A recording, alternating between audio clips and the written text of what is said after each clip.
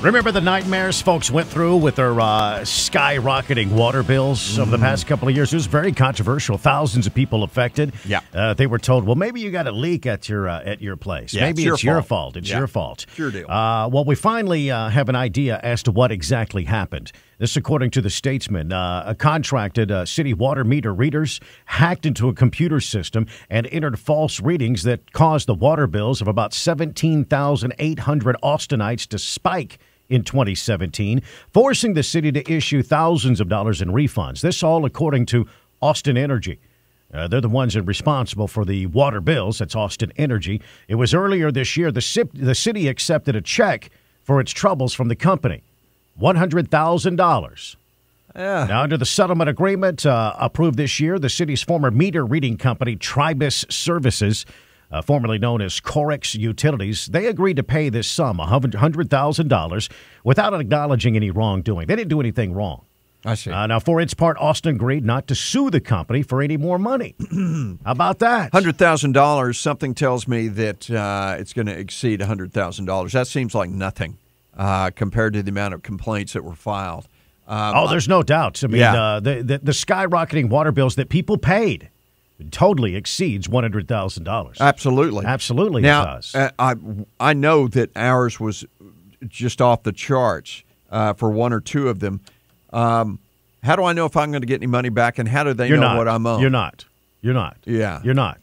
I'm not counting on it. You're not getting any money back. Very few people have gotten some reimbursement, if you will, but most have not. This is over. This is done. We actually have a whole other company that's come in to take over the billing system for the water department, but this is pretty interesting. Now, according to Austin Energy, they investigated and they found that 2 meter readers had been able to bypass safeguards to log in as administrators and falsify August meter readings on certain meter reading routes.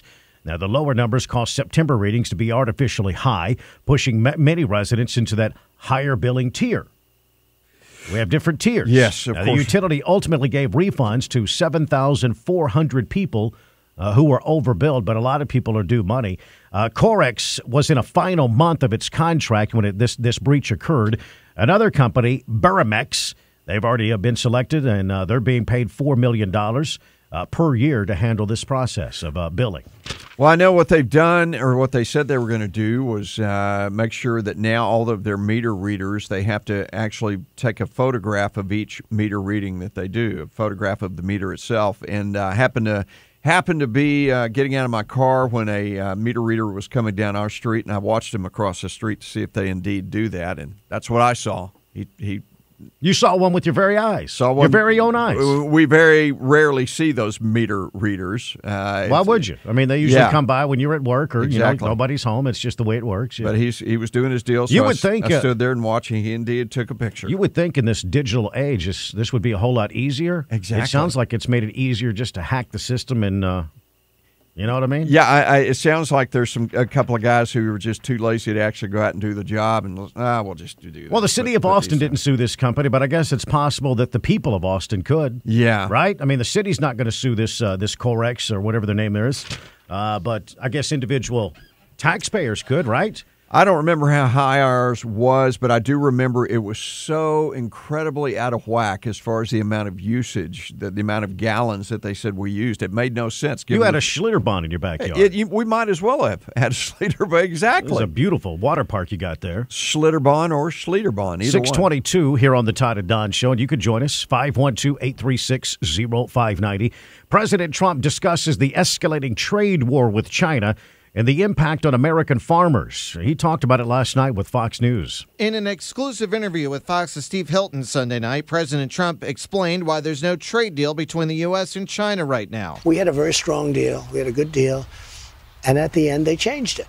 And I said, that's okay. We're going to tariff their products. Those tariffs increased earlier this month from 10 to 25% on $200 billion worth of Chinese goods. The president says he wants this trade deal with China to make up for previous deals that he says weren't favorable to the U.S. This can't be like a 50-50 deal. This has to be a deal. You're so far ahead from presidents that allowed you to get away. This can't be a 50-50 deal. Rob Dawson, Fox News. All right, so there you go. The trade war continues. The president says he's on it, just wants to get a fair deal, doesn't want to destroy China. Just a fair deal is all he's asking for. Major promise from him. Stay with us. Coming up after the news at the bottom of the hour, we'll update you on Hell Week at the state capitol. The clock is ticking. What legislation will not have any debate whatsoever? What do we need to get done this week before any kind of progress is made this legislative session? We'll tell you about the deadlines that are fastly approaching. Coming up next. The Todd and Don Show.